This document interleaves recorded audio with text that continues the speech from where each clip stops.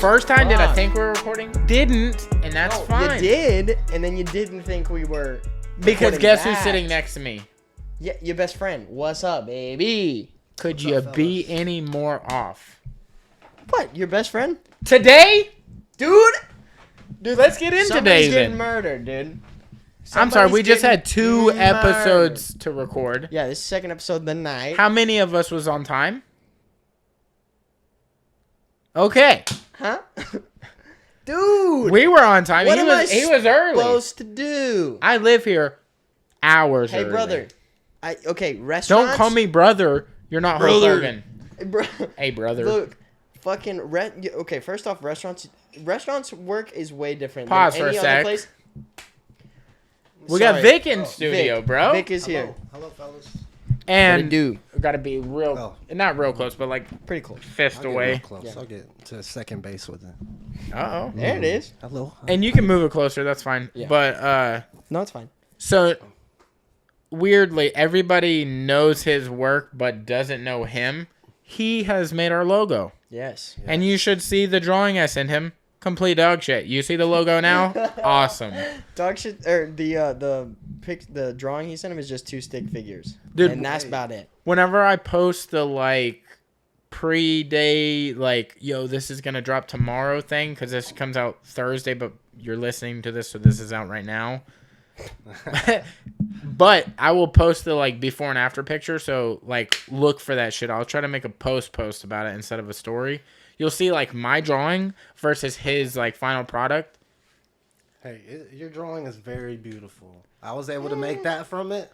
You know, everything starts with a sketch. You gathered. This is what I think. We did go through phases of it, but it's like I never like phased his drawing. It was like, hey, can you add curtains? Can you add this? Can you make this color change into something other than dog shit? Yeah, I was never like, I wasn't like, yo, my stick figure was pretty damn good, bro. I don't know if you saw that. Yeah.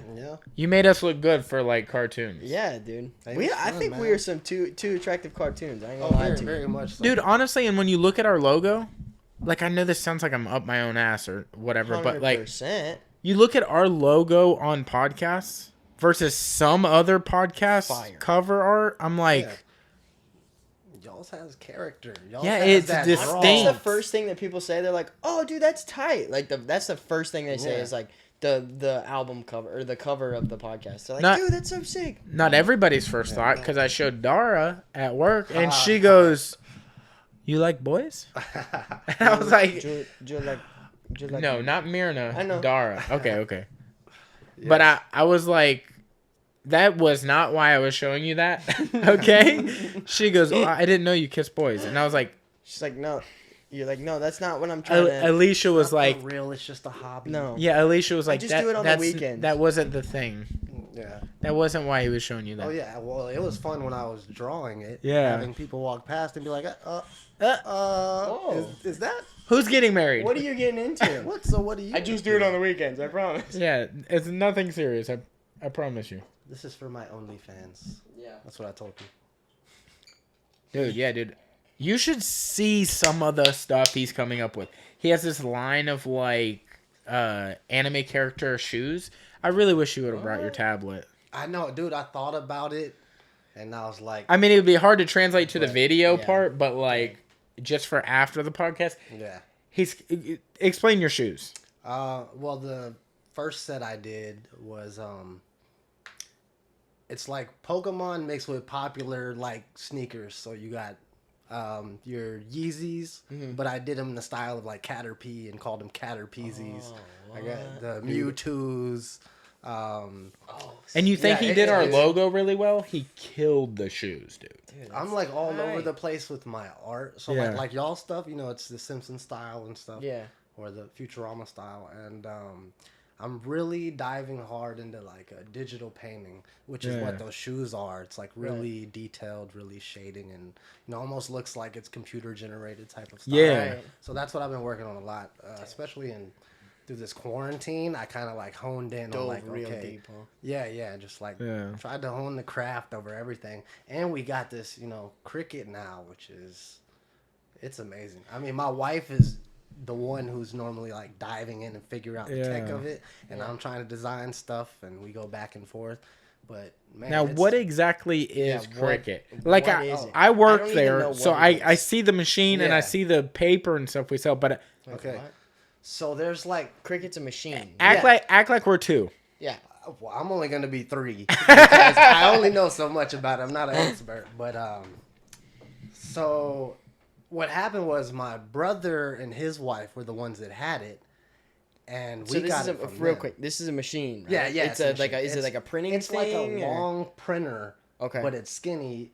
But what it has in it, at least the one we're using, is it has a blade to cut stuff out, or you can slide a pin in it and it'll draw stuff for you if you load it in there. Okay.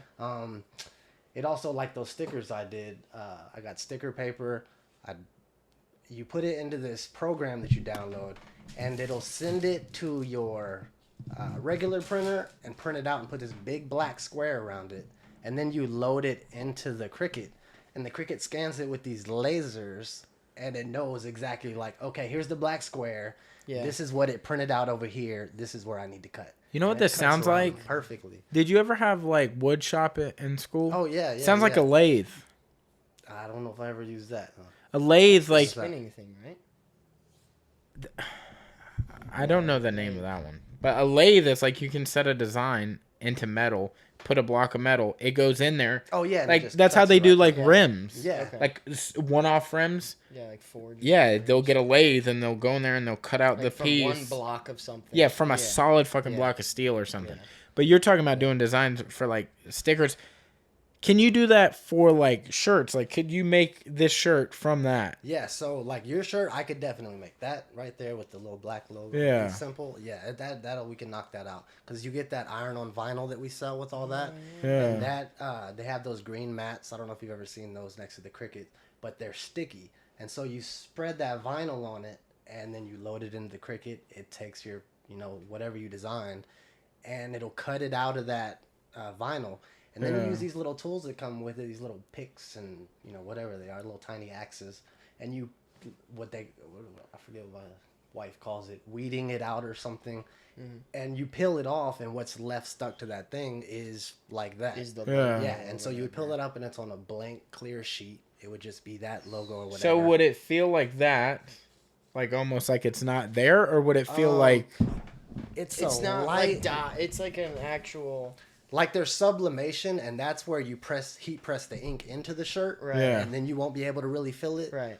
But this is like the vinyl, you'll feel it. It's very light, like it's almost damn, I wish I had.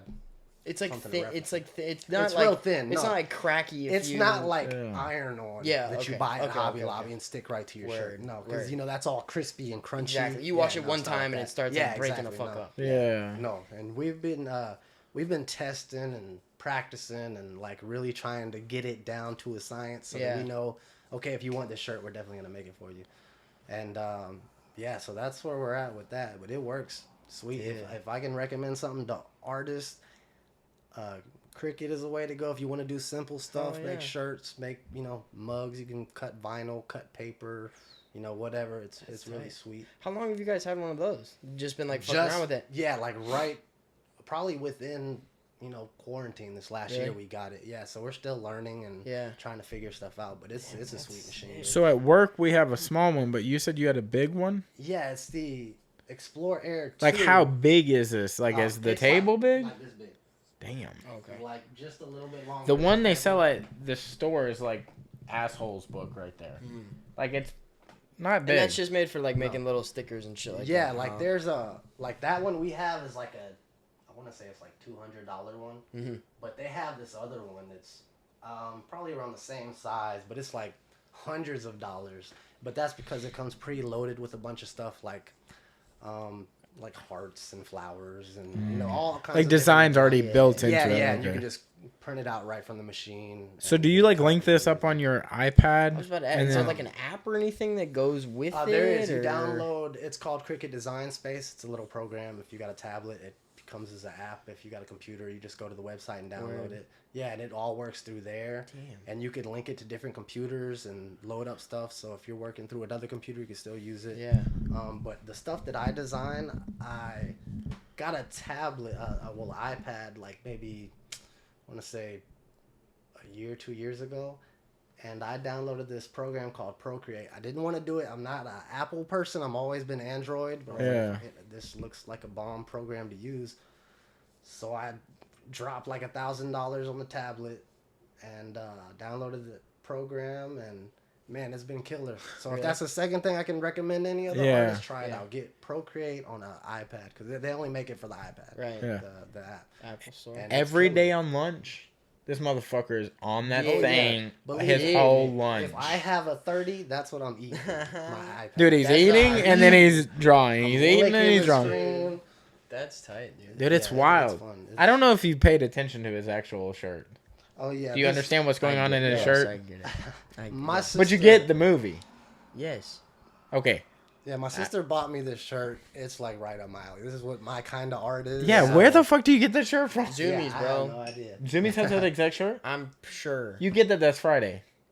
Bitch, I just said I got it 3 times. I mean, that's cool, but I also told you the podcast started at 6. What else do you want? You got here at 6:30.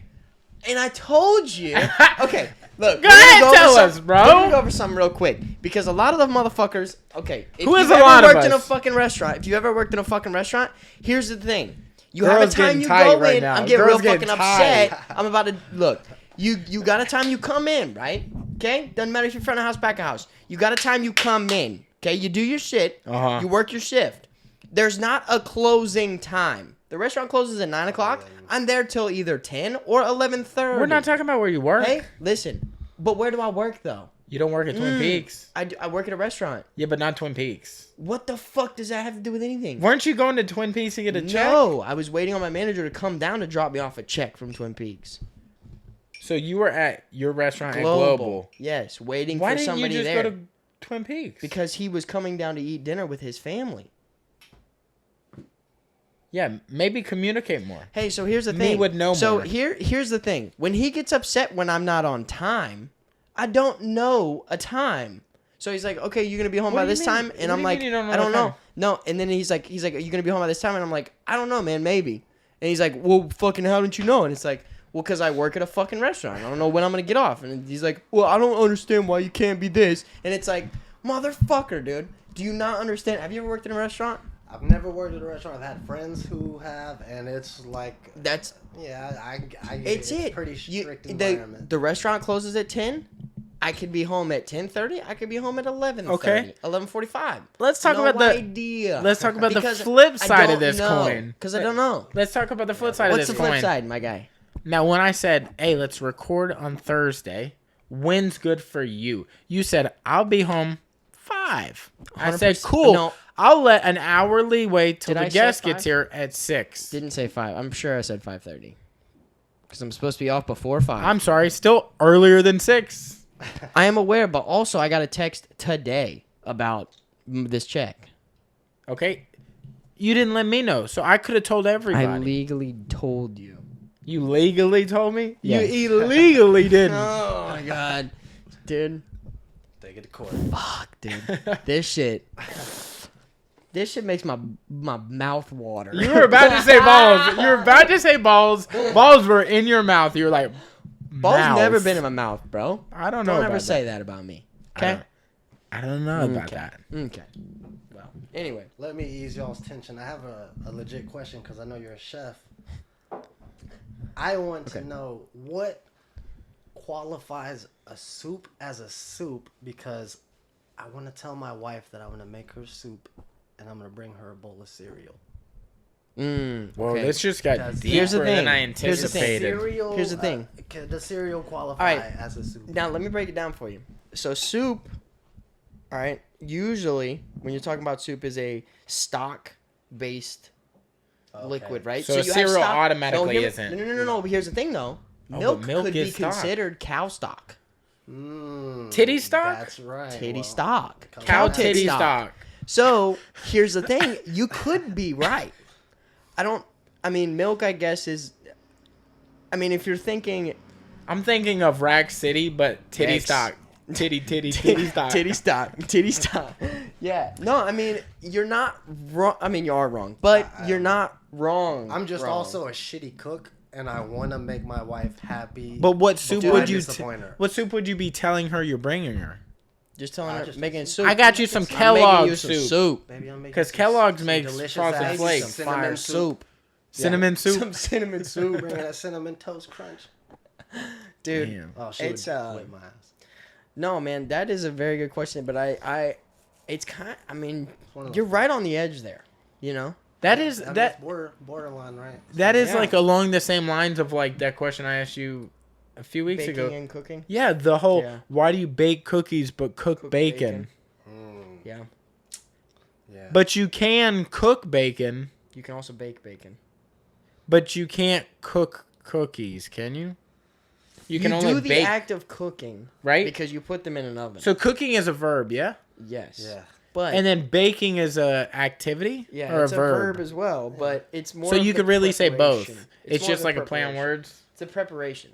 The English, baking? English okay. language is a name. So baking is a like prior. Flour and, you know what I'm saying? Yeah, it's like the mise en place of the actual cooking, right? So baking, when it's in the oven, it is not actually baking, it's cooking. Well, no. Okay, so here's where things get a little tricky. Okay. You're like, now down in my hood? There's a bake setting on your oven. Yeah. Which is what you cook most things in. Easy bake oven. Again, as well. But when you when you think, like, if you put fish in the oven, your oven is on bake, right? But you're not baking salmon. You're cooking salmon. Right? Can you not bake salmon? Baked salmon? Is that a thing? Okay, I think that is a thing. Okay, salmon is just I'm just saying. You put fucking You're like, shit in the fucking oven. Stop. That's a terrible. Do not question what I'm saying. That's a terrible example. But if you put like fucking a pizza in the oven. They make oven baked pizza, bro. Because it's good put in the fucking oven and it's a bake setting, right? Which is. Oh god. Sorry, I'll let y'all back down this road. Oh my god, I'm bro. Just saying, there's a bake setting on your oven. So whether you're not. I guess actually pizza crust is baking, but fuck it. But like you put a steak in the oven. After you sear your steak and you put it in the oven, your oven's gonna be on bake. You're not baking a steak. You're cooking the steak up, right? Yeah. So it's just a setting on your oven. But what do they call that? Baking is all the pre-shit before. That's like your flour, your yeast, and all that kind of stuff. Which normally is talking about desserts or bread kind of shit. So they call like. Maybe I'm not smart enough to know. Yeah, you're right. Your answer, because I'm barely understanding my question. Okay. I don't think he knows what his question is. But like you said, like flour and all the shit, lines. Like that's the baking, right? Like flour and eggs on it. Yeah. So if you're making, God, I'm gonna hate you for this question. Fried chicken with the flour. You fry it. But is what you're doing before the frying baking? No. That's prep. Then that made all the sense. Because I thought you were going to give it a long, elaborate answer. No, it doesn't just mean if you have flour. Okay, because that's what I thought you meant. And I was like, if you use flour at all, you're baking. Because there's flour sitting on the counter, and I make pizza every night. So does that mean I'm baking pizza every night? I mean, I am. You're a baker. Yeah, sure. Damn, am I a baker? You're a baker. You might be a baker. Holy shit, are you a pastry chef? I'm a man. Don't call me a chef. I'm not a chef. You're a chef. I'm a baker. I'm a baker. There you go. Breaker. This is. Oh shit. All right. Damn, dude, that's. Let's get the fuck off this weird tangent because I gotta get one more cooking question out because I've always wanted to ask you this and I've never thought of like cooking things while we're on here. Beef Wellington. Yeah. Is the I knew that was gonna lose you. I knew it. Fuck you. Does that not have? Shut up. Does that not have anything to do with the cook of it? No, because it's never well. It's not served well. It should be like beef Rarrington. That is such 80s comedy, dude. No, I was dead serious because watching Hell's Kitchen and he'd be like, "Where's my beef Wellington?" and he'd be fucking pissed when it would be like overdone and it's actually well, and I'm like, "But that's couldn't be more Wellington." No, that's definitely well. No, beef Wellington is just the dish, the name of the dish. But now, is that named from somebody? No, I think it's actually a part of like England. I think it's so like in Wellington, area. it's like made like that or something. Well, that's where it started. That's where it originated from. It's just like crust baked on a steak, right? There's a lot more. Yeah, beef Wellington is the center cut of the loin, which is like the real pristine part of the tenderloin, and then it's lathered with mustard, sautéed mushrooms.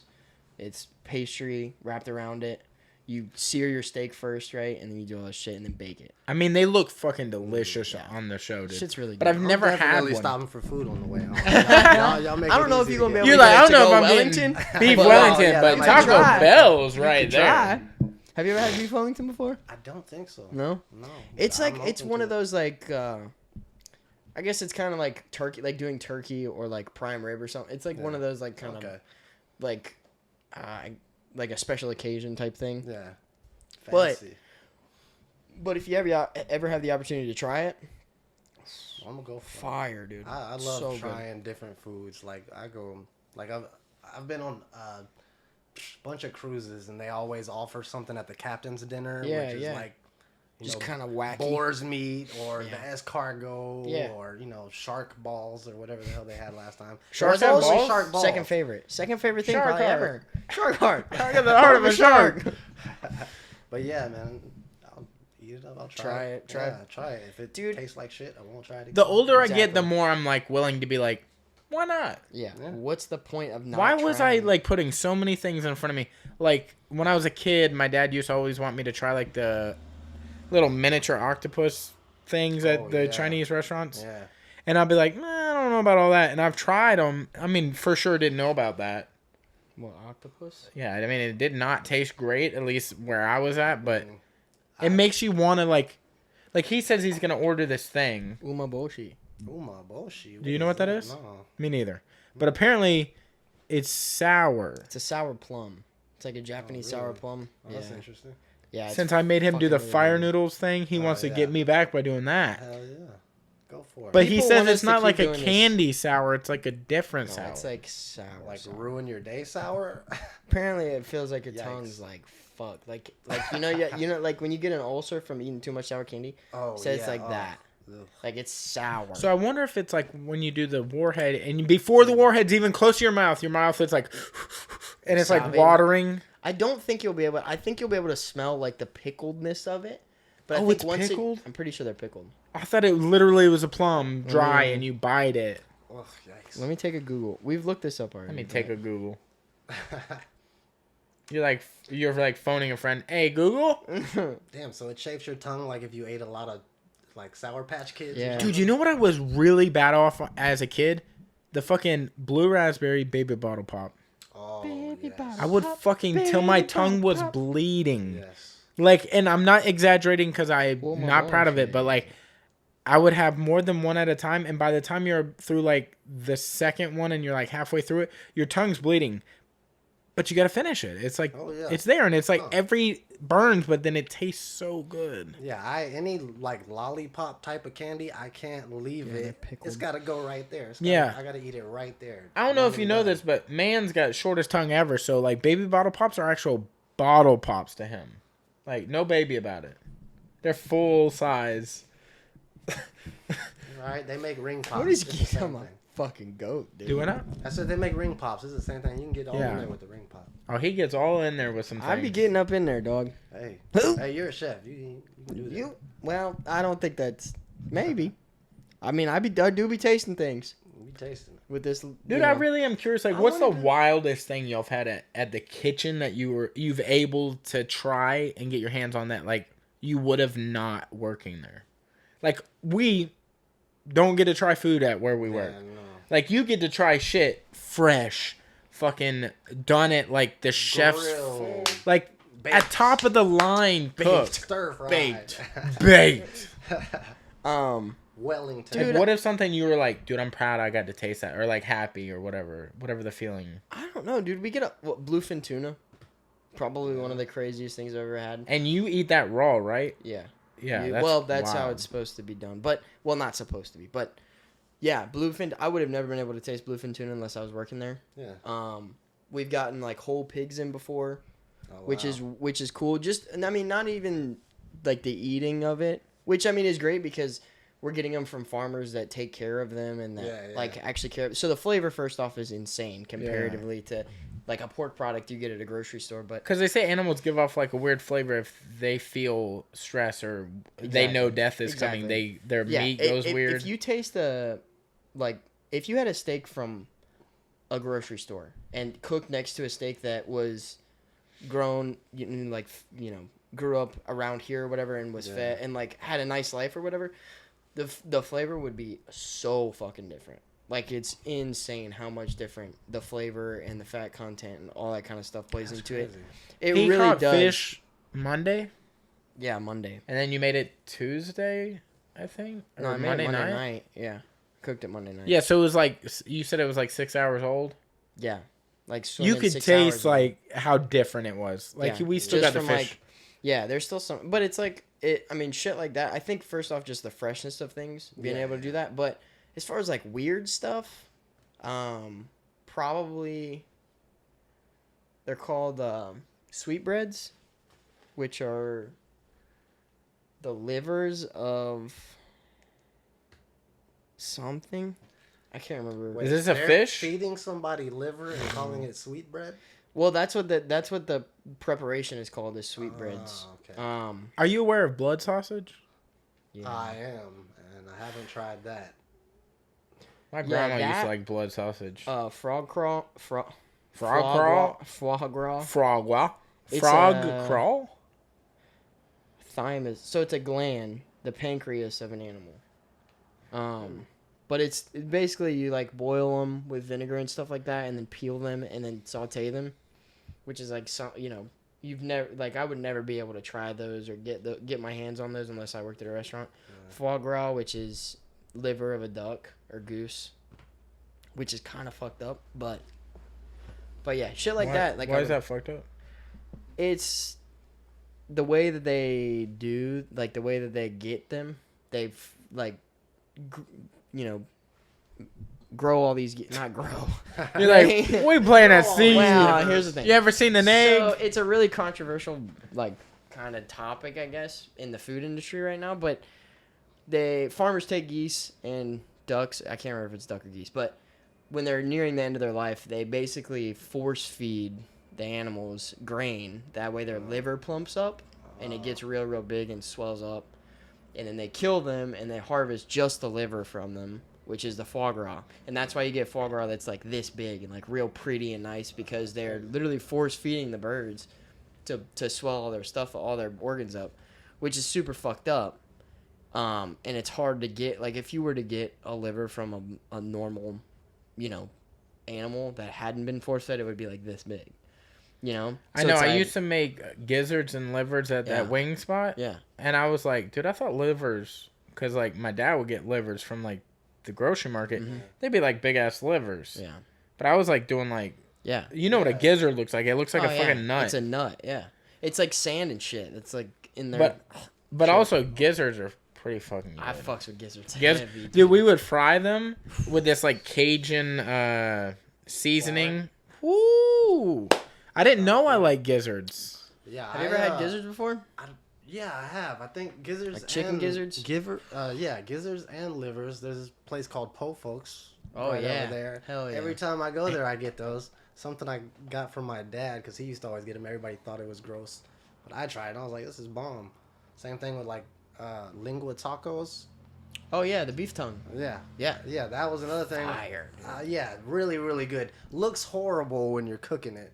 Oh, yeah. Like, when I first saw it, I came home from school when I was real young, and something smelled delicious. My dad's at the stove. I run up, what's going on? I'm hungry. Big fucking cow tongue in the pot. Oh, dude. Huge, like, just a tongue in the pot. Dude, yeah, tongues are way bigger than you expect. The way to prepare a cow tongue, it's so fucked. Like, first off, again, tongue, way bigger than you ever expected it to be, right? It's like a foot and a half long. It's a fucking... And they're thick. Oh, yeah. Boy got some... There's some weight on Damn, boy.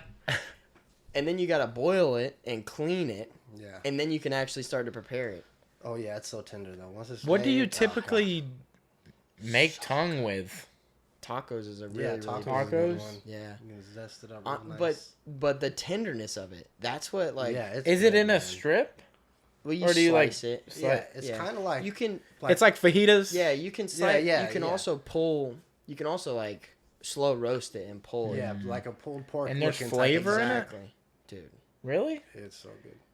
Fucking fire. You've never had lengua tacos before? No, I've never had tongue of any. Like I've never had it of any sort of animal or anything.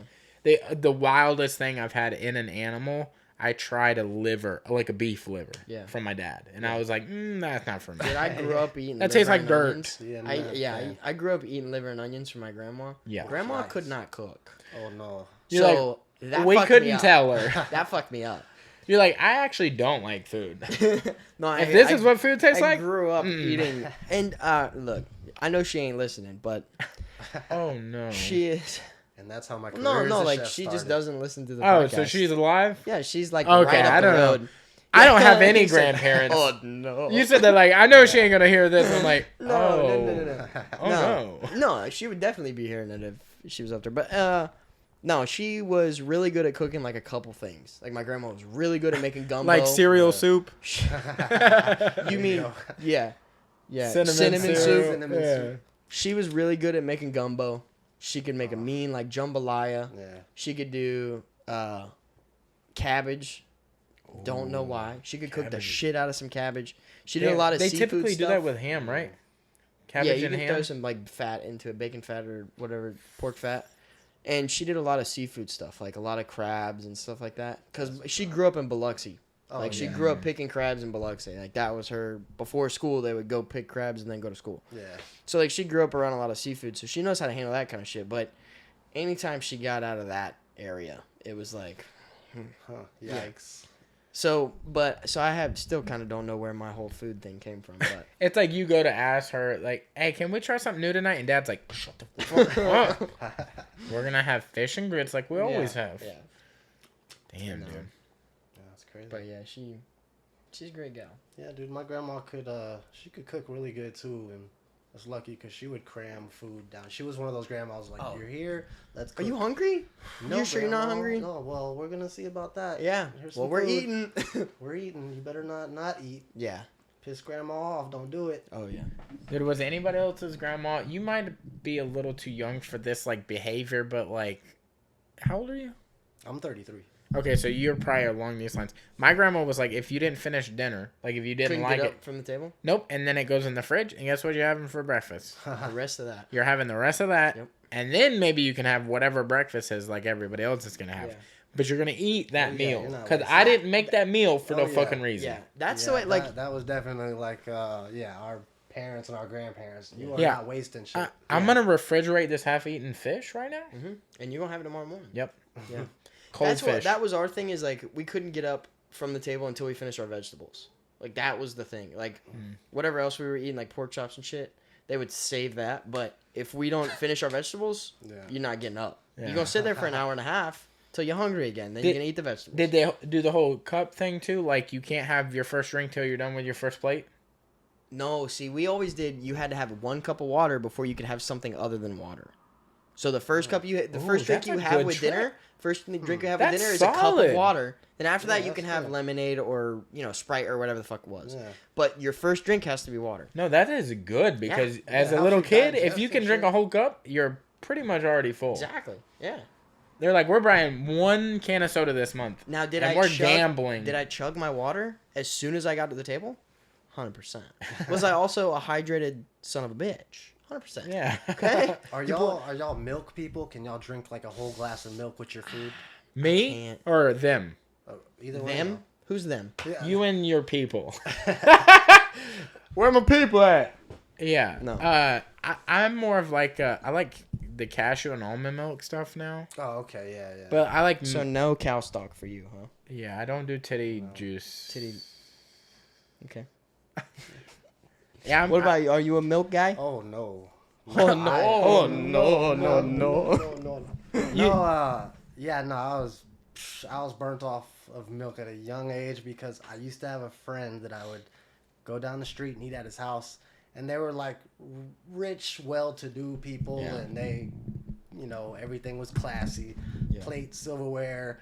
They were using like polished silverware and shit. Yeah, nice like stuff. It was nice shit. And then they would hit you with that big thick glass of milk, and it was like you had to knock that milk out, and it would murder me, dude. And I would just be like, ugh.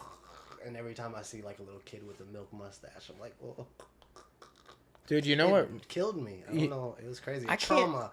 Milk trauma from when I was a kid. I can do like a little bit of milk every once in a while. Yeah. But I never got the whole like.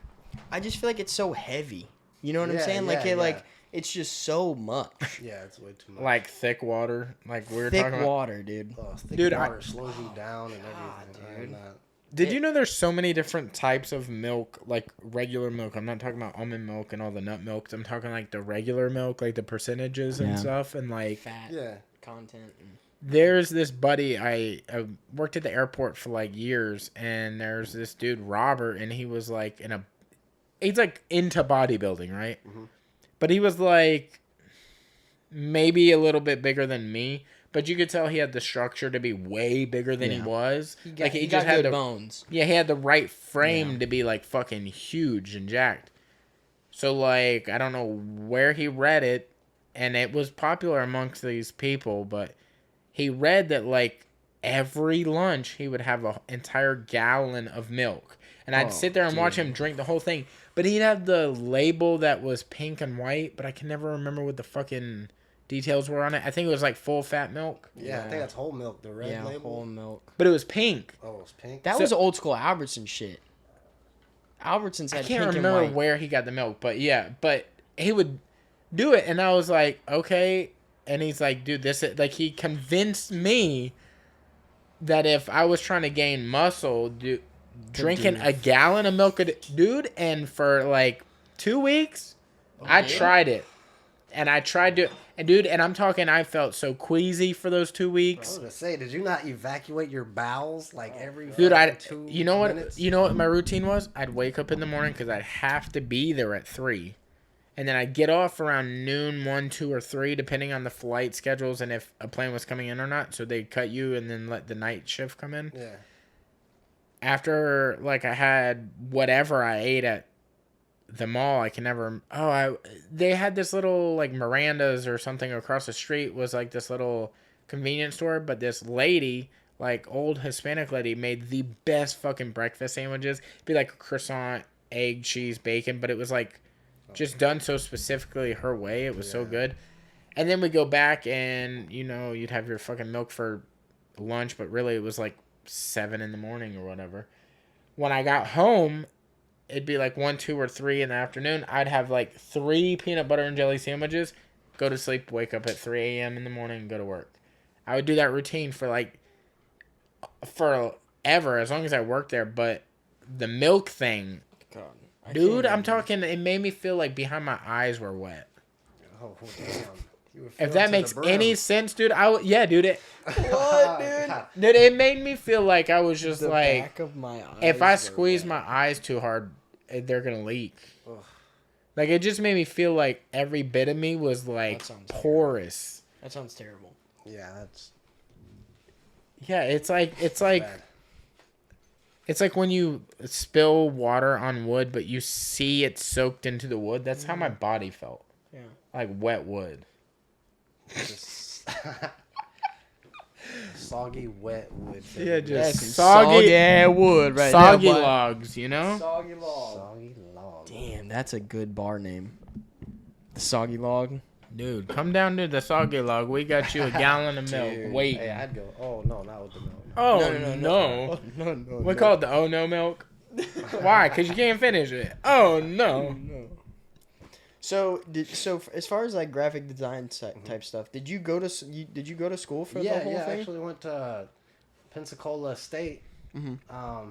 Actually, when I went there, it was transitioning. It was still Pensacola Junior College. PJC. But luckily, when I finished, it was State, so they slapped that on my diploma. Respect. Yeah, I got that. Shout out. Came from that State college now. Went in junior, came out State. So what is how long is the program for that? Is it 2 or 4? They have a 4-year program. I did the 2-year. I just went and got my AA degree. Yeah. It was crazy. It was a cool experience. A lot of it was a lot of it, what they taught me was stuff that I knew, but I didn't have a term for. Like, it helped organize what I already knew. So this is exactly how I feel about culinary school, right? Yeah. Because I know I know a lot of shit about cooking, right? Yeah.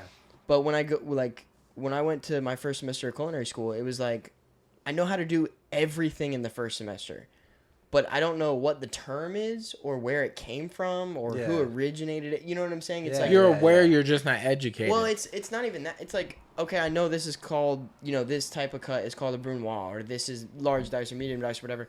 But it's like little shit like, where did sauté come from? What the fuck where is that? What is the just shit like that, where it's like it's more about learning. It's more about learning the terms and where it originated and shit, and the history and exactly like that. So you'd say most of it was like you knew a lot of it. A lot of it was stuff that I was like I was already doing in my art, and I was like, oh shit, okay, so that is a thing. And then there was a lot of other stuff that was like, so I had never been into photography, but I had to take like photography 1, photography 2, commercial photography. Yeah. And that shit was hard. Like, it's hard because I didn't know nothing about cameras. Had to go get an old school camera with the film. Had to go in the room and develop my own film and shit. Way out of my zone. That's tight, though. Yeah, dude. But it was really cool. And then I had to get a digital camera for commercial photography because the technology was switching over. So, I learned all that. And a lot of that stuff translated into my art when I learned, like, there's, like... a bunch of different... Did she just scoot her butt? I think so. I don't know. She's looking in the eyes and scraping her ass. No, but a lot of that stuff like translates over with shading and shadows, placement, the angles of stuff, and it translates into art. The way I design something, I kind of look at it differently. It was crazy. There was a lot of... Another thing that I came out of there, though, like I went in thinking like, they're going to teach me, how to get a job here, how to do the business side of things. Right. But they don't teach you that. Yeah. And that's what fucks up a lot of art. Like me, I suck at being a businessman and marketing. It's the business side and marketing side. I'm all design in my head. It's enough chaos going on here to design shit. Right. Yeah. So that stuff, that is something you got to pretty much learn on your own. They just teach you stuff. Well, see, that's the thing is that you think about people that have creative minds where it's like very...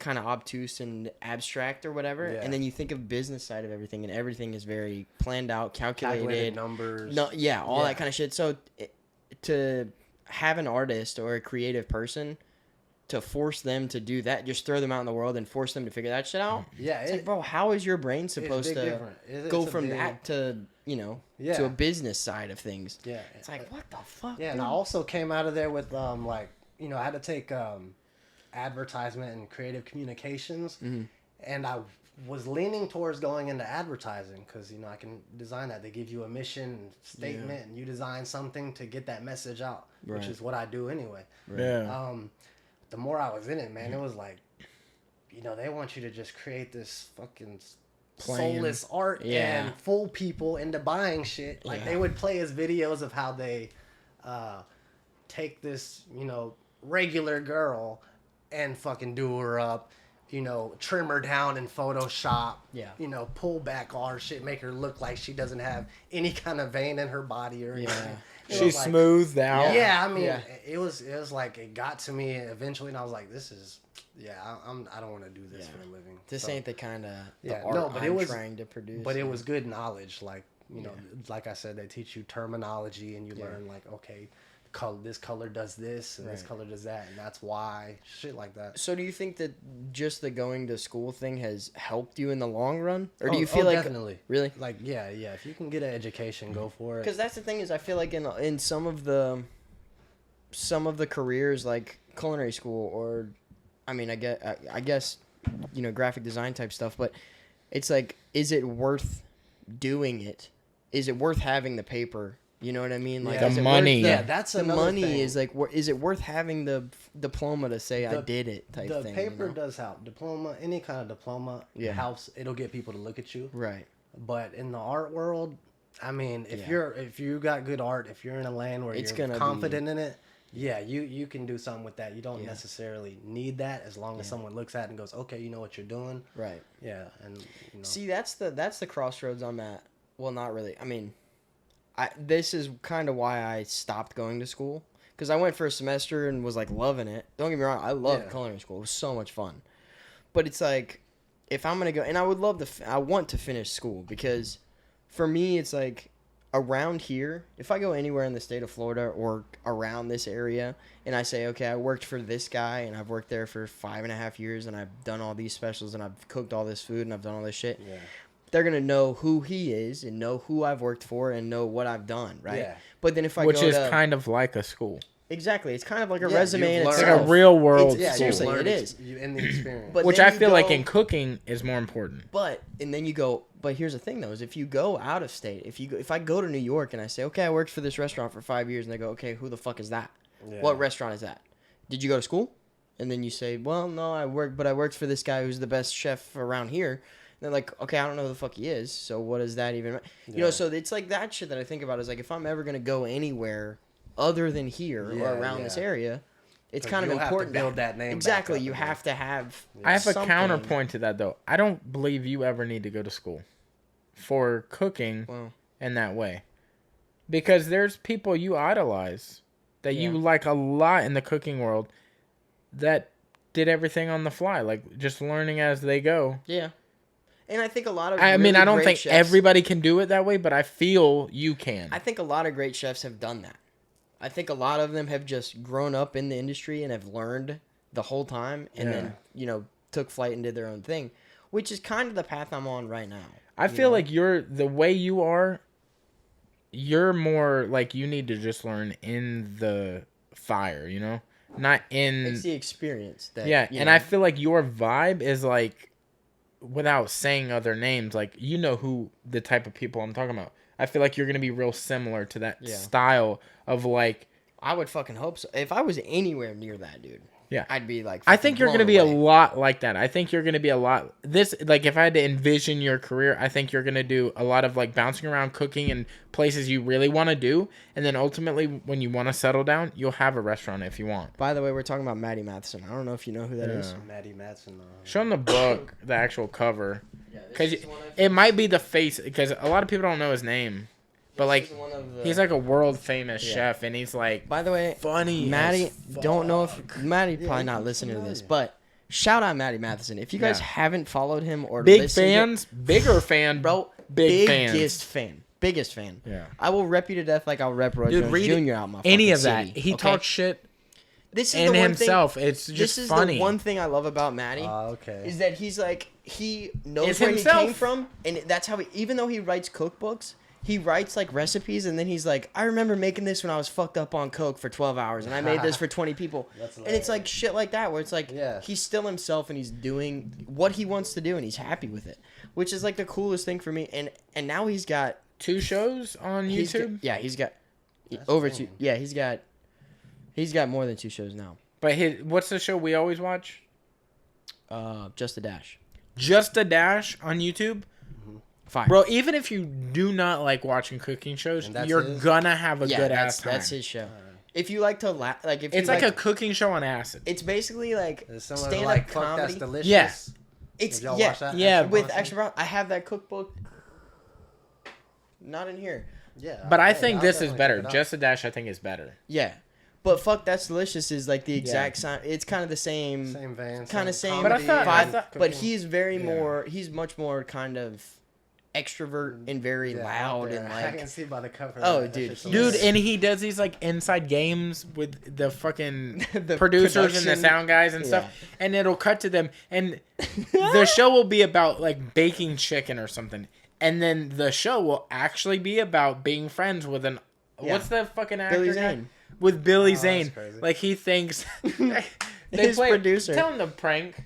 Okay, so his producer, his food stylist, which is like one of his best friends, she says that she knows Billy Zane, and he's like, "You know Billy Zane? Text him right now or whatever." And she starts texting Billy Zane just like that too. You know Billy Zane? Yeah, you know Billy Zane. And so they start texting back and forth, right? Her and Billy Zane, and he's like, dude, me and Billy Zane are gonna be best friends. By the way, they do this in Maddie's house.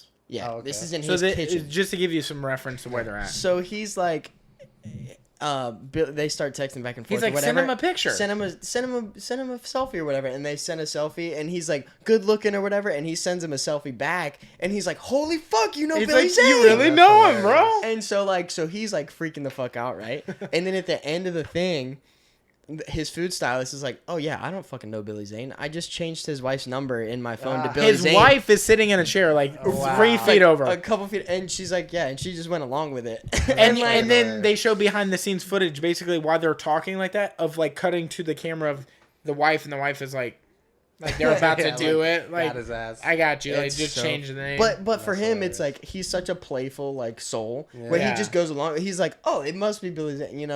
That's cool. Yeah, dude. That is one dude that I would love to meet and just be able to hang out with. I would love to cook with him. Would be like he's like a cooking dude. Chris Farley. Yeah, that's a kind of that's a good way to put it. Yeah, he's very large and not only in size but personality is so unique and just so specific. You're never gonna meet anybody else like him. Yeah. That's what. So. I bet it lends itself to him teaching really well too. Yeah. Anytime you got somebody who's real, just out there and happy. Yeah. And well, you're attracted to that person. You feel calm. Right off rip. Take in all the information. You love it either way. So it's to listen to him. It's oh, I like that. I enjoy it anyway. In jiu-jitsu, it's called seminars. What is it when somebody a big chef comes and teaches? What's that called in I wouldn't really call it a seminar. I would say more like dinners, honestly. So if he's going to come teach you guys how to cook something, he's just going to cook it in front of you? Not really. It would be more of almost like a collaboration. If we were doing a big festival, a food festival. But they don't typically do that, I guess. Not really. But sometimes you have a couple years ago we had a thing called Pete and Pearls downtown, which was basically a bunch of local oyster farms that donated a bunch of local oysters, and so each restaurant around here got a designated farm that we had to come up with a couple dishes with, right? Okay. And so then we had a chef from New York, which our chef knew, but he came and worked with us with this one dinner, with this gigantic dinner, right? So each restaurant had one portion of the dinner. So that one, we have different appetizers or something like that, or one would have an entree and shit like that. So you have this chef from New York come in and bring his knowledge from his restaurant that he's been working at and teaching and stuff, and bring it down here, and we get to learn from him, right? So he's in the restaurant with us for 12 hours for this, big ass dinner we have the next night, where he's teaching us how to do, consomme, and teaching us how to do I don't know if you ever seen how a roe, fish roe or whatever. He brought down last time he was here. It's circulatory something where you basically make little balls of flavor. So you can do fruit juices or stocks or whatever. Oh, so he's bringing that down to aquasphereification, I think is what it's called. Sounds like boba.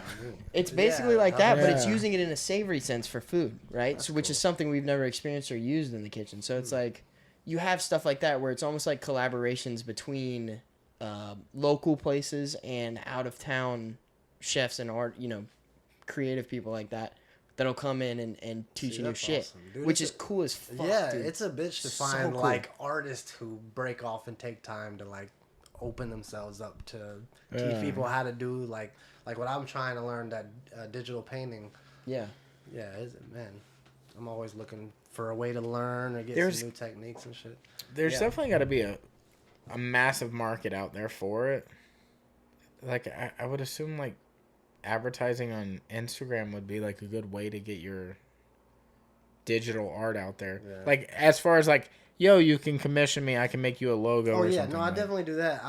Like I said, in quarantine, I kind of pulled back a little bit. I was diving in. I got the tablet. I'm learning how to use it and all that stuff. But yeah, I'm going to definitely, amp it up a little bit once I get some shirts going, more stickers, more, whatever we do. And I'm going to be doing commissions, digital painting. If you want something traditionally done, I can do that. Good with pencils and paint. And, spray paint. Used to do this stuff back in the day. got me in a little bit of trouble, so I pulled back from it a little bit. But that will happen. Yeah, it happened a little bit. What case. What got you into like what was your first art thing? You was it drawing? Was it like first medium? Yeah, that's a better word. What was your first medium? And then also / question, like, what was the thing that made you want to go the inspiration to like art, and then figuring out which medium? Yeah, I mean, was it like anime, or was it like you saw an artist? I mean, I've been drawing since I can even remember. I mean, in kindergarten, I would get in trouble for drawing too much. I think one of the first things that really got me like zoned in on it is just, you know, them fucking Saturday morning cartoons and shit. I wanted to do that. I wanted to make my own cartoons. And, you know, as a little kid, you get coloring books and stuff. And I wasn't coloring in the coloring books. I was like redoing the line work on a different piece of paper, trying to get down everything. Oh, wow, so like, I don't know if you remember like Bobby's World. I had coloring books of like Bobby's World. Bobby's World. That sounds super familiar. It's super throwback. Like this little big head, little kid cartoon. I'm gonna look that up. Way back in the day. Yeah, you might know remember the name. it, I know the name of it for sure. Yeah, it's an old school cartoon. Yeah. And like from there, you know, I was doing that. And this is super young. I mean, I'm still in like elementary school. I got my hands on. Whoa, yeah, Bobby's World. Yeah, 1990. Right? Throwback. Okay. So, and then you know, a little while after that, I got my hands on some comic books. I don't know. Y'all probably heard of Heavy Metal. Have you ever seen that movie? Heavy Metal. It's an animated, crazy movie. Basically, the comic books are nothing but like aliens, monsters, and chicks with big fake titties. Word. I mean, it should be called like Murder and Lower Back Pain. Like, I mean, that. I mean, if that ain't the best name for a podcast, first off, Murder and Lower Back Pain, baby. No, if you haven't seen Heavy Metal, the animated, Sex and Crime and Rock and Roll. Yeah, so I got my hands on some of that as like an elementary school kid. Yeah, this looks familiar. Like I would have seen it, but like. This looks even South Park had a whole episode dedicated to the style of it. No, yeah, I saw the South Park thing. On everything. Yeah. So, damn. Yeah. So when I got into that, I was like, okay, I'm stepping my game up. So I started drawing like. Crazy. That made you feel like you're stepping. You're like, I'm gonna put titties on everything. So many titties on everything. No, Bobby's World's getting some titties. That was big later in he life also when I got some started big adding titties yitties. Everything. No, this got me into like drawing creepy, crazy monsters and shit. Okay. So I'm like a little kid. Did you know they remade it in 2000? Oh, you know what? I like saw a 3D or something. I don't think I ever watched the movie, but I saw that they made another one. But no, I started drawing like crazy fucking creepy monsters and shit. I was like, oh, this is fun. You know, I was learning a whole, you know, creating shit out of my head now. You know what reminds me of this is Gargoyles. Yeah. Gargoyles has that look. Yeah. Yeah, it's crazy. It's cool, like 90s animation, like that's real cool. Sketchy. But no, I started drawing these creepy, crazy, bloody monsters and shit to where I had a whole fucking folder of them. And like my dad's friends would come over and my dad would be like, yeah, he's a little artist. He'll draw. Oh, hey, little buddy, you got something to show me? And I'm like, yeah, here's my drawings. And you open up this folder and it's just fucking murder and mayhem and shit by a 7-year-old. And it's like, mayhem. Oh, wow. One of that the reminds best Norwegian black metal bands ever. That reminds me of that fucking movie where the dude's drawing dicks in the Notebook. Oh, I couldn't stop drawing dicks. Wasn't it Superbad? Yeah, Superbad. Yeah. He just drew big veiny dicks and balls. Veiny dicks, soft dicks. That's like you, but you just drew titties. Just big titties, offset titties. Just blood and titties. There was a section where I was just sticking titties on anything because it was fun. Just like a full page of titties. You're like, I'm going to draw you guys, and it's like you're drawing your parents, and they're like, oh, that's cool. What do you got there? Let me see. And then it's like your dad and your mom with titties out. It's like, okay. No, what got me into graffiti though was a little, I would say maybe like 10, 11, somewhere around there, 12. My sister had a friend come over from high school, and he was from New York, and I had this little, I call it a tree house, but it was really just like a You lived here board. at the time? Yeah. Okay. It was just a plywood board nailed to like the lowest branches, so you climb in the tree and stand. I had one of those too. Not gonna lie. Hey, put one of those up in my front yard. I didn't even have a tree, dude. One bedroom tree house. Okay. Yeah. No, but he standing room for 2 people. He spray painted on my shit, and at first I was like, Yo, that's this fucking this dude just scribbled all on my shit. Scribbled. What the fuck, bro? Yeah, like it legit, like pissed. just like Yeah. you know. But I didn't know what a tag was, so you know, and I like your friend fucking scribbled on my treehouse. He ruined He owes it. me What's a new happening piece now? of fucking plywood. We got to get a rug or something. And then I kind of like, oh, that's his tag, you know, whatever. I really still didn't know, but I started getting into it, then learning about it. And then my dad had a trip through his job. They like bust out our family and a bunch of other people's family. He worked at like a construction place, and they bust us out, and it was this big trip to Atlanta. And so I was super young, went to Atlanta, and I saw some like real graffiti, and it fucking blew my mind up. Yeah. You know, it's so colorful, so big, so like bright, vibrant, bold. Yeah, everything about it. I couldn't read the shit. I didn't know what it said, you know, crazy zigzags. But yeah, I delved into it even more, and I was loving it. Learned about. So I was doing letter forms before I realized it was called a letter form. Yeah. I knew, okay, I can take my name, take this V and an I and a C. And so you can read graffiti? Yeah, usually, yeah. Because I mean, like, is that a way to learn how to read it? Because some of it gets.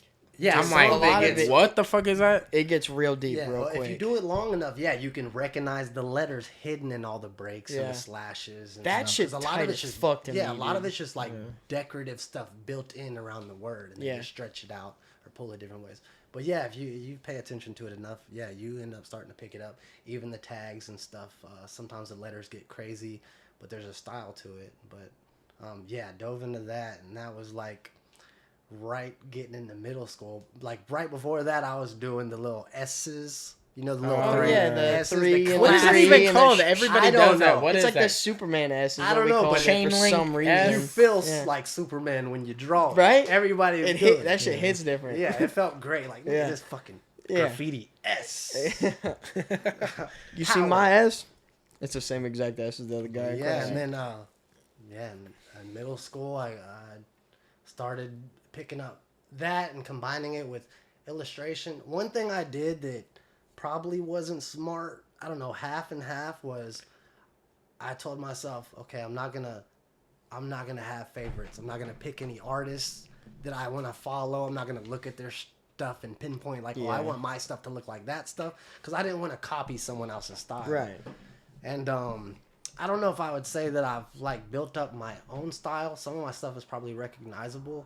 But I'm like, I've had practice in different realms. Like realism is probably one of my lower stats, but like I can do graffiti stuff. I can do like, you know, like how tattooing has like American traditional and all these other different styles. So I can pick up on all these different styles, like the Futurama style, the Simpsons style I did for y'all.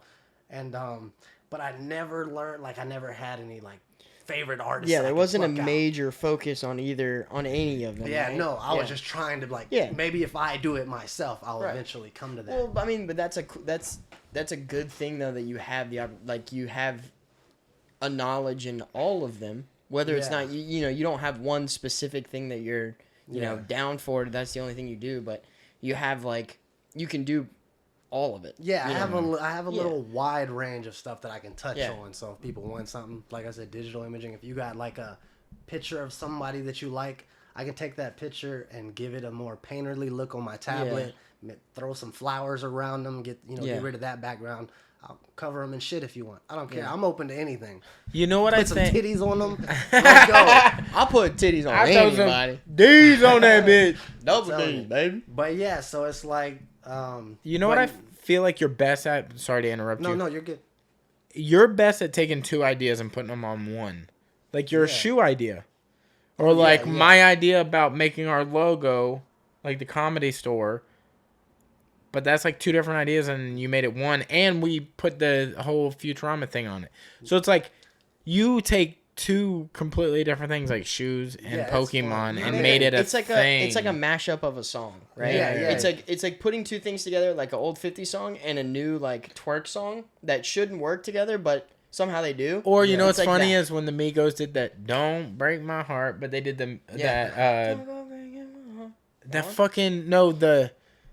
what was their big hit when they first came out and they were like dancing in the like the projects, you know what I'm talking about?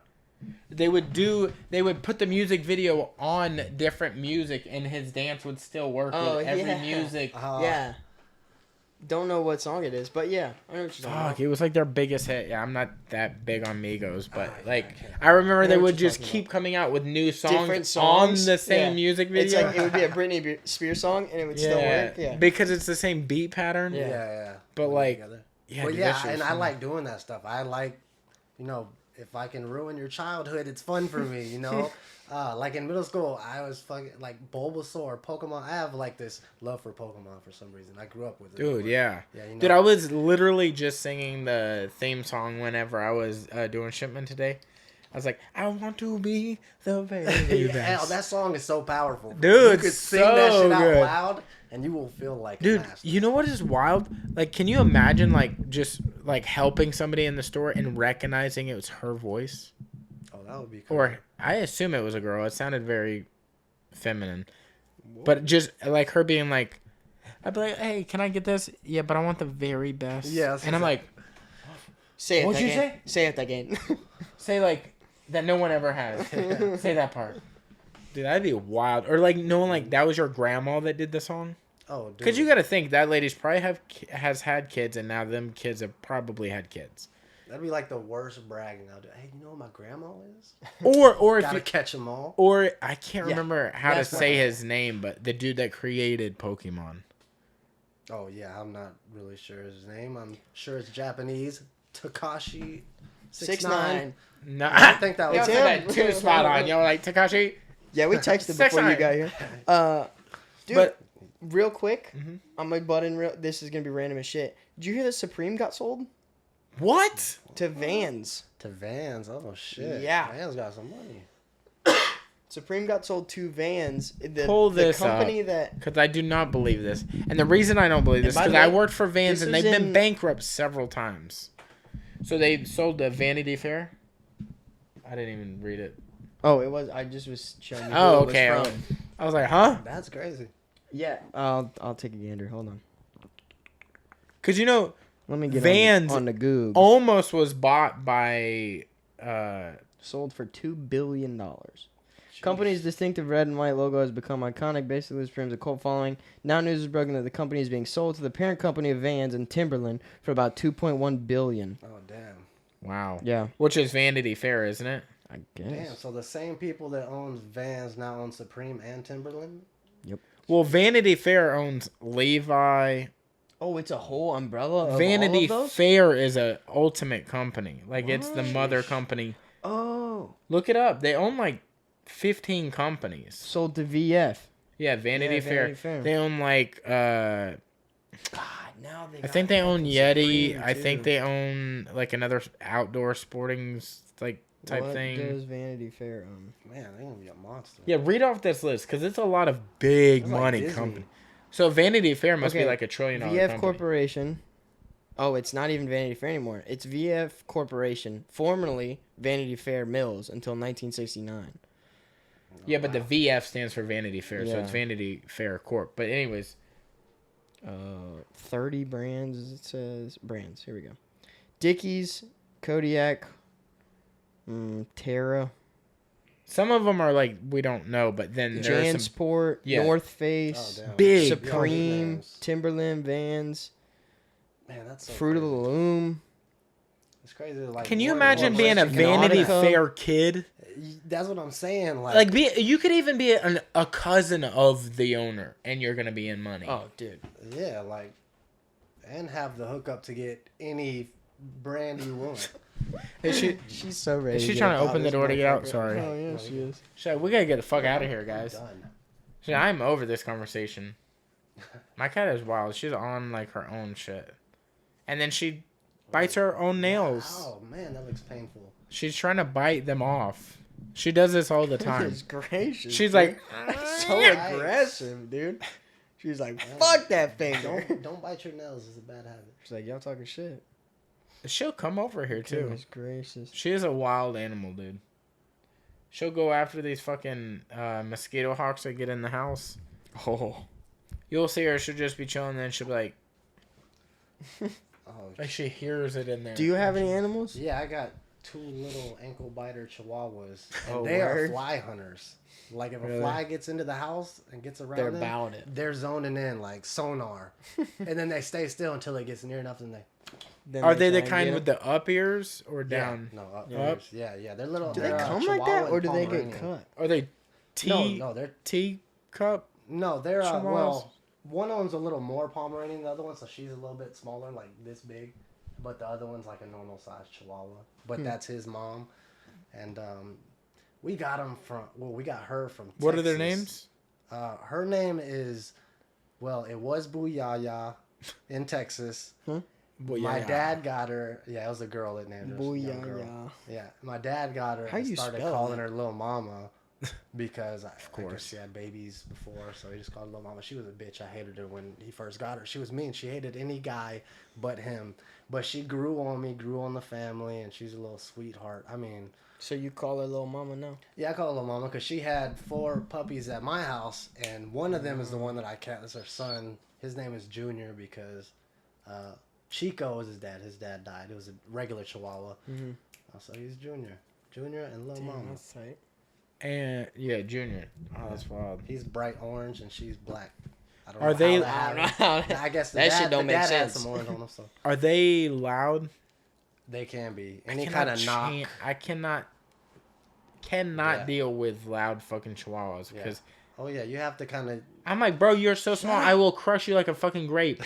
You don't understand. Yeah, you're talking too much shit. Why are you being so loud? Yeah, all talk. Overall, they're really good dogs, but yeah, any kind of random. Yeah, dude, we 3 in the morning. Well, we don't have a dog. He has a dog that has like Down syndrome or something, but it like has a problem. Like my dog does not have dead Down serious. Syndrome. It doesn't have Down syndrome, but she's gotta have some sort of muscle atrophy in her neck. Listen. I'm being serious now. Bro. She's gotta have because she's like this all the time, and then Can I be honest? Can I be straight up and honest with you? She looked down. She got a heavy ass head, but she got a thing. Heavy what head. kind of dog is it? Here's the thing. She's a yellow lab, but she's a purebred yellow lab. Okay. And when it comes to purebreds, what happens is she just wasn't bred with strong necks. No, what happens is with purebred animals, what they do is, it's like fucking, it's really shitty because. It basically becomes like incest, right? Yeah. There's only so many purebreds left, and they want to breed with another purebred, and somehow they're still connected. So whenever you have these purebred animals, they are not as smart. So she is a purebred yellow lab, and even though she's very smart, she is also pretty damn dumb. So it's like, you get her too excited, she just starts hopping. Her head still stays on the floor, but she is the sweetest fucking dog, dude. She's great. But she's sweet. That's all that matters. But yeah, she's fucking. Now does she know if she's alive or dead? I don't know. she's been in that room and she probably thought I forgot about her. She's almost. She goes, the world's dark now. She thinks I forgot about her already. You know what I'm saying? I went in there to go pee between the podcasts, and she was like, "What are we doing now?" And then I walked out, and she was like, "Oh, all right. Well, no, I'll wait here for you." Yeah, but she's good, man. She's a good little pup. Yeah, I'm a big animal person. If I could have 100 animals, I would. These motherfuckers cost too much. Yeah, that's true. You ain't never lied. You got any projects coming up? Or any do you have more additions to the shoe line that you're doing, or is there another line of things? Yeah, actually, I'm trying to educate myself a little bit more on this copyright stuff because I want to do these shirts that I've got an idea for. Like, my brand is Crazy Royal. Like, Crazy Royal is the brand, but there's a lot of little projects I like to do under it. So one of them that I'm working on is I want to do something where I can pull pop culture figures and put them on a shirt, but I don't want to get sued. So all right, for example, one idea I have is this Pikachu kind of design, but it's got Mario's big ass nose and a mustache and his little eyes, but the main brand is called Off Brand. Mm-hmm. So I'm leaning into the bootleg look of things. It's not Pikachu, it's not Mario. Yeah. It's a knockoff basically, but it's on purpose. It's purposely a knockoff. So I have that one. What's the other one I have? I have a few designs. I haven't fleshed them out yet. It's a bunch of different sketches, but it's shit like that, kind of like mashing up two things and making it goofy. Like another one was Sailor Moo, It's gonna be a cow in a fucking Sailor Moon outfit, you know, all fancied up. Yeah. But it's the brand of the shirt would be off-brand. You know, it'd be funny if you did the off-brand thing and did the off like this. Yeah, quoted. Yeah, like off-white. Basically, like I try but off-brand. Trying to work that in, like trying to get around it. Yeah. Without. Yeah. Yeah. So the whole copyright thing is it's a monster, dude, and they will like Disney likes it. Yeah, like there's another one. I have a rat. It's just a normal little rat, ugly looking rat, but it's got the little red shorts and the buttons on it. Off brand. Yeah. That's funny. Like shit like that. And but I've had stuff taken down off of websites. Like I've had that same rat before I put the shorts on it. And the shadow of him was the silhouette of Mickey Mouse, but it was this dirty looking sewer rat. But they snatched that off the website because it's too, the silhouette looked too much like Mickey. Dude, you know what's weird about all that is like, we listen to a podcast called Congratulations with Chris D'Elia, but like he does the Jeremy Renner thing, and I'm like, how is do you get around it? Yeah, because his shit is fucking popular, so it's not like it's not like unknown. It's not like his team hasn't seen that his own music is on there. Yeah, and then he'll also do the fucking. And he can play that much of it. Yeah. But how? AC/DC is like one of the biggest fucking bands ever. With copyright, as far as audio goes, you have to play a certain amount of it. Yeah, but I thought it was 3 seconds before it's considered copyrighted. But to get to the, you got to think. Yeah, I mean that's like almost 3 seconds right there. Yeah, same thing with like sampling people's shit. You would think like that's always going to be an issue, but if you throw it on a mixtape, if you don't gain money from it, if you only take donations or something, you can get that shit. There's like it's called the Fair Use Act, and there's like 5 different things, and I know like what I was aiming for was the parody. So if I can get away with like making it obvious that this shit is a parody, then it won't be an issue for me to produce this. It's weird that it can be okay if it's an obvious parody, but it's not okay if they think you're taking yourself serious. Yeah. Yeah. You know what I'm saying? Like satire isn't clearly this is a joke shirt, but if you came at it and they thought you were like, no, clearly I think this is a really good shirt. Yeah. Then they're not cool with it. Yeah. Or if it's something that competes with their brand, like say something that's gonna take away from them. If I drew a Pikachu on a fucking motorcycle or something, that could still be something that a Pokemon fan would buy. Yes. It's taking away from them. Yeah, exactly. You know what a similar thing is? We worked at Zoomies, and like you were saying, Supreme, we would have a skateboard company called Superior.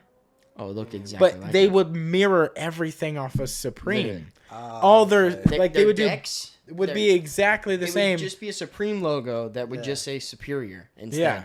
And I'm like, you couldn't have been closer. The word almost sounds the same. The lettering it's probably the same amount of letters. I haven't counted it out, but it's very close. That's why. I mean, it's like, but how did they get even their shirts? They would have Superior shirts that were just box logos. Hey, so it's like, look. So it's like they would just cut her hair. What's up? Oh, nice. Hey.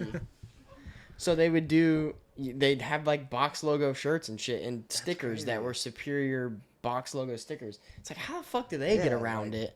Yeah, you know, it's a bitch, dude. And Disney digs in. They've actually went back. People's mouths are watering because it was supposed to be some old school Disney shit that was what do they call it when there's a term for it when it like becomes fair game for anybody to use. It was Steamboat Willie that just came up or something, wasn't it? And Steamboat Willie is the one that they went to the courts over it to try and get back, right? Because they didn't want to lose the rights to it, and they were able to extend the rights. In 2023, that's when it goes up. That's when it becomes fair use for it. So you're gonna see a bunch of Steamboat Willie shit if they don't go back to the court. It's like a 50-year period or something like that, or 47 years or something weird. It was like it's like 50 years and then 14 more if the creator isn't dead or something like that. Yeah. And then they extended it another 14 years after that fact. But then after all that's said and done, anybody can use it? It's free game after that. Yeah. Public domain, that's the public term. domain. Yeah. Wow, then you can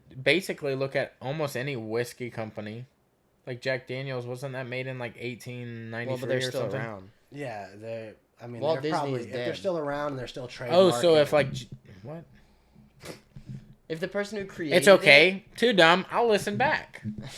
No, it's like if they're still in use, like Steamboat Willie is not still used. Yeah, but I'm assuming Jack Daniel is dead. Yeah, but they are still using the original Jack Daniel's distillery logo and, placement and all that kind of shit. Yeah, if you can find one from like 1900 that they've thrown away and not using anymore. Yeah, maybe if it was their original design, you could use it. But because it's still plastered on every fucking bottle, and they're still a distillery, and they still don't look at this arm. Well, Evan Williams doesn't make rum, so it's fine. That's true. But yeah, so it also says Kurt Williams, but that's fine. What? I said it also says Kurt Williams, but that's fine. But that's also we didn't read use, and that's okay. And school wasn't a big part of our career. Why does it say Kurt Williams? Because my father's name and what he drinks. I did it as Kurt Williams. Kurt William Kroll. But Evan Williams looks better, so I put Kurt Williams over a Jack Daniel's logo. Yes, because I thought Tennessee rum. That's where they make rum at. Is Tennessee? In case you guys didn't know. Oh. Cool, that's fine. Ever heard of custom? No, they don't. Ever heard the word custom? No. You have. So there you go. Oh. Yep. Yeah, copyright. It's fun. It's fun to get around. I will copyright this fucking fist right to your face. Hilton. Just so you guys know, I wasn't trying to punch Vic. It was Hilton's ugly fucking face. Do it. But, do you have anything you want to shout out?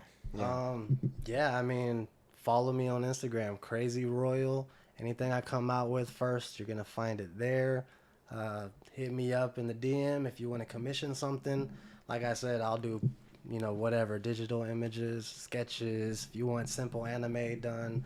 If you want titties on Pikachu, let me know. It's the titty guy. I do everything. He does all of our graphic work. Like all of our merch you've seen or anything that's going to come out, we go through him. So if you like the quality, obviously that's we trust right there. Yeah. So, I mean, if you have our sticker, he was the designer of the sticker. I like doing out there stuff like that. So. Yeah. Hell yeah. I'm glad, and it was so organic how we met, and I don't even I know what it was. You were on your iPad playing with your designs, and I was like, oh, cool, what you doing? And I saw you did like a Boo. Oh yeah, I was drawing Boo from Dragon Ball Z. Yeah, and I was like, dude, that's wild. And I was like, me and my buddy have a podcast, and like we want a logo, and I was like, do you think you could do a logo? Yeah, and like, fucking show me, give me. It just went off from there. Something what you're looking for, and then we just built it up from there, man. And I got a good feeling from you, good energy from you that I knew, like, okay, you're serious about this. I saw y'all kissing in the picture. I was like, okay, these are definitely homies. They're gonna go the distance with it. So yeah, and I like seeing, I like making stuff for people and seeing them take it and run with it. So it's been fun, man. Oh yeah, cool dude. Watching y'all. We really do appreciate it. This episode is episode 23. By the time this airs, we will be at 1K. 1,000 down. Beautiful, man. So this comes out awesome, Thursday, dude. yeah. So we'll be over 1,000 by then. So that's bomb, man. I'm glad to hear it. I was glad it could be you. You know, like you're part of the creation of this. So it was cool that you could be part of the 1K hit. This is y'all's baby. I'm just a doctor that slapped the ass, sent it on its way. Y'all take it, run with it. Well, I appreciate you slapping ass and drawing titties on You slap this ass anytime, baby. Yeah. Cool. Well, hell yeah, dude. Thank you again for coming on and coming and hanging out for a bit. And thank you for the, all the things you've done. So, hell yeah. Thank you guys for tuning in. All the people that are listening, watching, all the shit. Follow the boy at Crazy Royal. Crazy Royal. And we gonna get the fuck up out this bit. Yee.